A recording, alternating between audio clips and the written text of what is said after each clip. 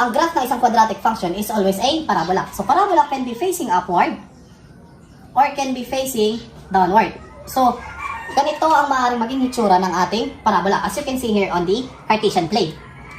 Now, didistinguish natin kung ano ba ang iba't ibang parts ng parabola.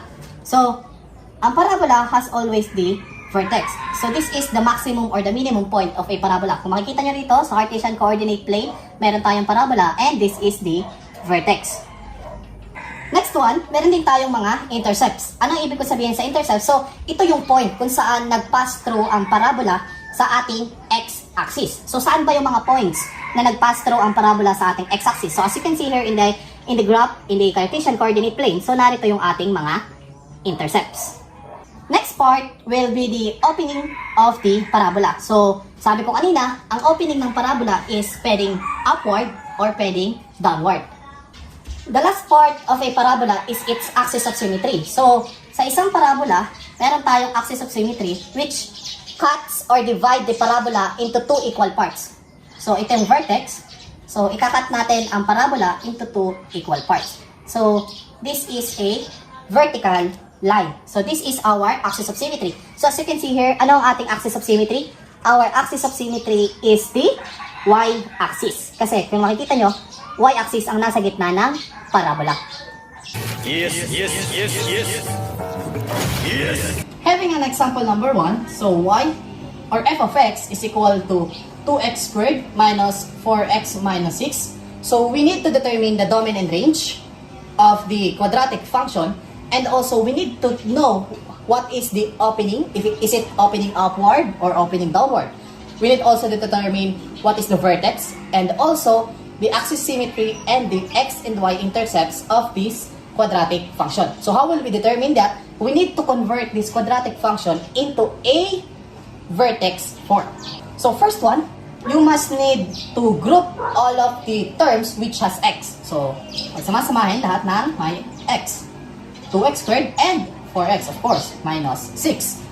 As you can see here, 2x squared and 4x are both factorable by 2. So, labas natin si 2. 2x squared divided by 2 is x squared.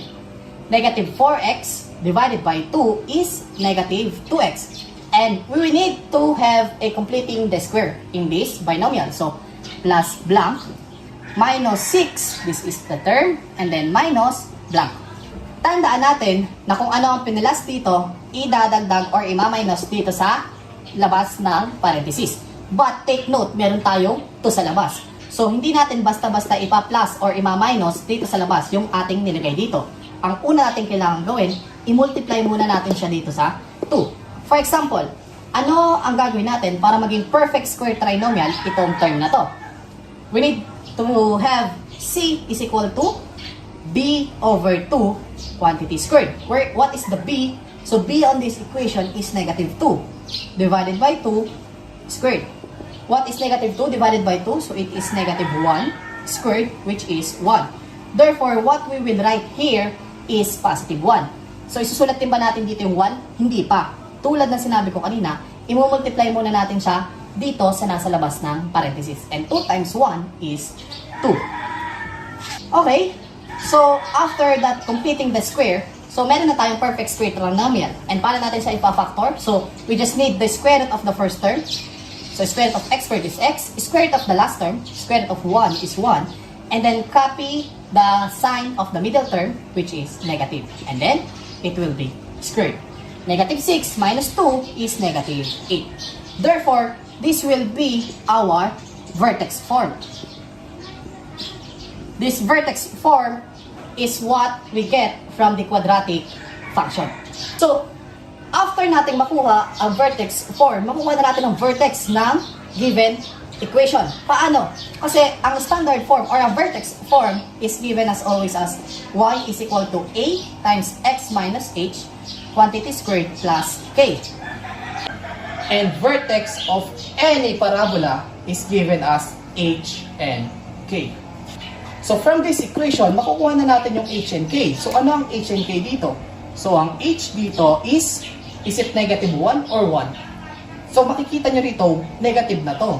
So ibig sabihin, h lang kukunin natin. So ang h is 1. And then, so, ano naman yung K? So, ang K is, as you can see here, it is negative 8. Therefore, the vertex of the given quadratic function is 1, negative 8. Next, we will get the intercepts ng quadratic function. Titignan natin kung nag-pass through ba siya sa x-axis and nag-pass through ba siya sa y-axis. So, paano gagawin? So, for us to find the x-intercept, so we just need to let y is equal to 0. Laging ganyan ang situation kapag naghahanap tayo ng x-intercept. So, first, y is equals to 0. So, y is 0. So, 2x squared minus 4x minus 6. Next one, as you can see here, lahat ng terms divisible by 2. So, divide both sides by 2. So, 0 divided by 2 is 0. 2x squared divided by 2 is x squared. Negative 4x divided by 2 is negative 2x. Then, negative 6 divided by 2 is negative 3. So, through factoring, makukuha natin ang factor ni x squared minus 2x minus 3. So, paano? So, it will be the product of two binomial.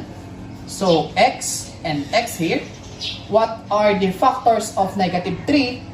And when added, will be equal to negative 2. So, it will be negative 3 and positive 1. So, kung makuha natin to, meron tayong dalawang value of x ngayon. So, x minus 3 is equal to 0. X is equal to 3. X plus 1 is equal to 0. X is equal to negative 1. So, from here, makukuha na natin ang x-intercept. Sir, paano? X lang yan. So, ibig sabihin lang dito, sa ating x sub 1, meron tayong 0.1, which is 3, 0. Sir, nasaan yung 0? 0 is the y. Okay? Then, another one, so x sub 2, therefore, our 0.2 will be negative 1, 0. So now we have three different points. Vertex 1, negative 8, point 1 and point 2, which are both the x-intercepts, which are 3, 0 and negative 1, 0. Now, we will get another point, which is the y-intercept. So how will we find the y-intercept? So let us find y-intercept by letting x is equal to 0. Si x naman ngayon, ang ating is 0. So, we will now substitute 0 to x. So, y is equal to, so 2 times 0 squared minus 4 times 0 minus 6. So, 0 squared is 0 times 2, so it is 0. Negative 4 minus 0, so it is 0 minus 6. So, y is equal to negative 6. Therefore, our point number 3 or our y-intercept will be in the point 0, negative 6. So, saan nakuha yung 0 ng x? So, dito. Kasi nag-let tayo ng x is equal to 0. Now, we will plot the points. So, vertex 1, negative 8. So, 1, negative 8. 1, 2, 3, 4, 5, 6, 7, 8. So, this is where the point of the vertex. Next, the x-intercept 3, 0. And then the x-intercept, which is negative 1, 0. And last one will be the y-intercept, which is 0, negative 6. So, 1, 2, 3, 4, 5, 6. So, these are all the points that our parabola passes through. So, pag dudugtong-dugtongin lang natin, then makikita na natin kung saan opening ang parabola.